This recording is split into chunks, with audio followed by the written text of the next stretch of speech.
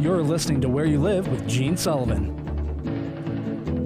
Welcome back to Where You Live. I'm broadcasting from the Natural Green Lawn and Landscape Studios, brought to you by Extreme Exteriors and American Family Insurance, the Kim Bennett Agency. As an American Family Insurance agent, Kim believes that there's much more to the insurance than the policy itself. It's about providing you with dependable protection and services. Kim believes that trust and credibility can't be demanded. It only can be earned by what you say and what you do. Give her a call at 651-482-1598. It's time now for the Minnesota Multi-Housing Association. The MHA Minute is brought to you by Start to Finish Maintenance Contractors. Start to Finish provides 24-hour service for all your home and business maintenance needs. Give them a call at 952-259-1219 for your home, for your business, for your peace of mind. Did you know that the members of the Minnesota Multi-Housing Association, or MHA, provide over a quarter of the state's housing? That's housing for more than 1 million residents. The members of MHA agree to abide by a professional code of ethics, and they know that happy residents are key to a successful business. When you're out looking for your next apartment, remember that rental references are a two-way street. Before you rent, ask if the owner is a member of MHA. If not, ask why not, and tell them to visit mmha.com. That's two M's, mmha.com. If you're an owner or manager or even an accidental landlord, you owe it to yourself to learn how the Minnesota Multi-Housing Association, its classes, certification programs, resources, staff, and faculty can help you succeed. Don't be a good landlord. Be a great one. Visit mmha.com. mmha.com. We're talking to Dan Greenstein, attorney with Bernick Lifson, about this story in California, I believe, and there was a gentleman who had been in a six-year difficulty with his homeowners association, and when he wanted to come to the meeting to deal with the board, instead of the board dealing with himself, he wanted to have his attorney come in his place, and we're talking to Dan about this situation. Now, Dan, you mentioned that there probably was some issues because we're dealing with a lawsuit, and that's much different than the average situation with a homeowner who might have someone representing them at a typical board meeting. I think so.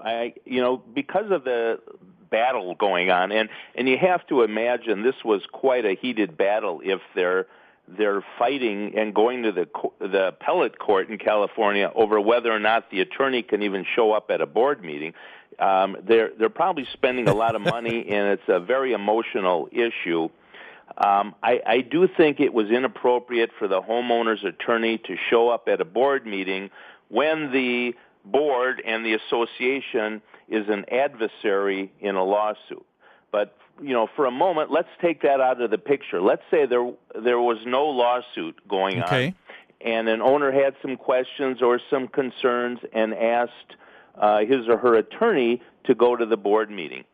I don't see any reason, as a practical matter and as a legal matter, I don't see any reason why the board should not welcome that attorney to come to the meeting, follow the rules like everyone else does at the meeting, and have the input or obtain the information that his client is seeking. No, that's a great point. I'd like you to maybe address just a little bit. We see this a lot with annual meetings, don't we, where someone gives their proxy, a homeowner, to someone who might be a friend, not even related to the association at all, and asks them to join. And how many times have you had a board say, is that all right? Can we let this person into the meeting? Well, absolutely. It seems a bit counterintuitive that a member of the association can sign a piece of paper and have a complete stranger to the association show up and attend the meeting. But that is what the law provides. With a very brief power of attorney, any owner in an association is able to allow someone else to go in his or her place.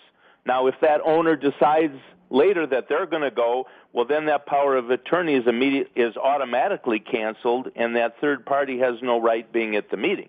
Yeah. But unless that happens, any owner has the right to send someone on their behalf.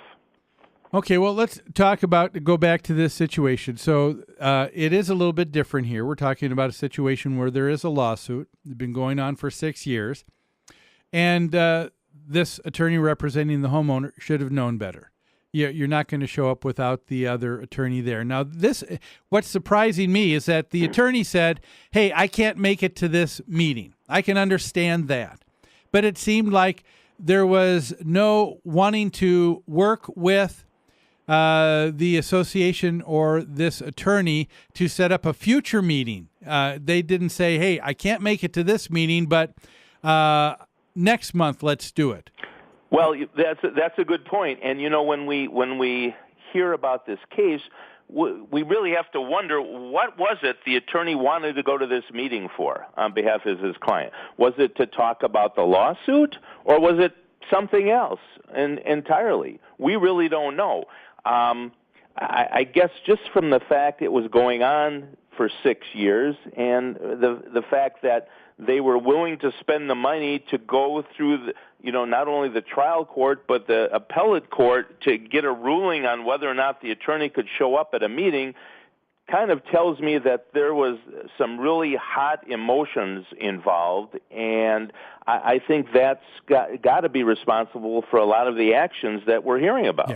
Yeah, you're exactly right. We're talking about a lot of bad blood here that's taking place. So when a association board finds themselves in that kind of difficulty, what are some things that they need to remember and do in relating to the person? Because they can't go and say, I'm not going to talk at all, but I can understand them not wanting to expose themselves to additional liability either. Well, sure. First of all, in this particular case, rule number one would have been, okay, you're at the meeting as a lawyer for your client, but we are not going to discuss the lawsuit or any facet of it or anything related to it. You can be here, you can listen. Rule number two, just because you're an attorney, we don't want to hear you talk and talk and talk. You're going to have to follow the same rules as every other homeowner follows. You're going to have to follow the same agenda, and you're going to, you don't get any special kind of rights because you're here being paid by your client. Yeah. Oh, that's great information. Let the attorney come, but you've set the ground rules. You said you're not going to talk about it. If you want to burn that hourly rate with your attorney showing up, that's fine, but we're not going to discuss, and you're not going to monopolize the meeting, Mr. Attorney. Exactly. Yeah. And one of the things that came to my mind through this whole thing, Dan, was that it's good for the board not to try and just pass that off. I've seen that over the years happen from time to time. I guess it's a easy place that we like to fall into, and that's kind of procrastinate and push something we don't like that just seems very untasteful to us, and just kind of kick it down the road. I guess we've got government that has been doing that for quite a while, kicking the can down on things. There's a lot of can kicking going on. That's right. Sometimes when I'm at board meetings or annual meetings and an attorney shows up, sometimes I welcome it, because it's, we're all there and we're all intending to follow the law and the governing documents of the association. And sometimes having the other attorney show up and get some direct information from either the board or from the board's counsel, sometimes it helps that attorney explain the situation a little better to their client, and sometimes issues can get resolved.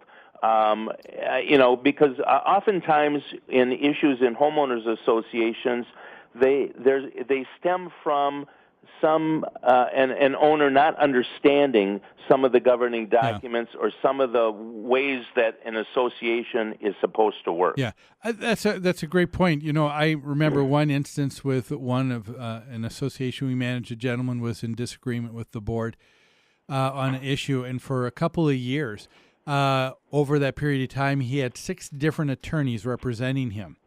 And they all went to the board meeting, took a lot of time, but it seemed like after each one went to the board meeting, we didn't see them after a while, and I got to thinking, well, they were hearing one side of the story. Now, when they're hearing something a little bit more complete, they got a different perspective, and we're probably counseling their client a little bit differently.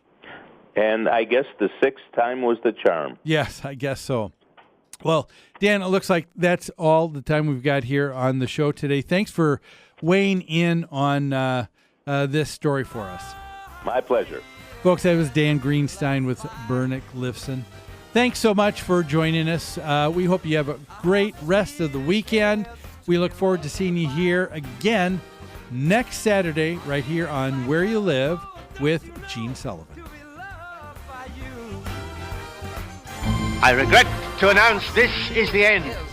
I'm going now. I bid you all a very fond farewell. Take care now. Bye-bye then. Bye-bye, everybody.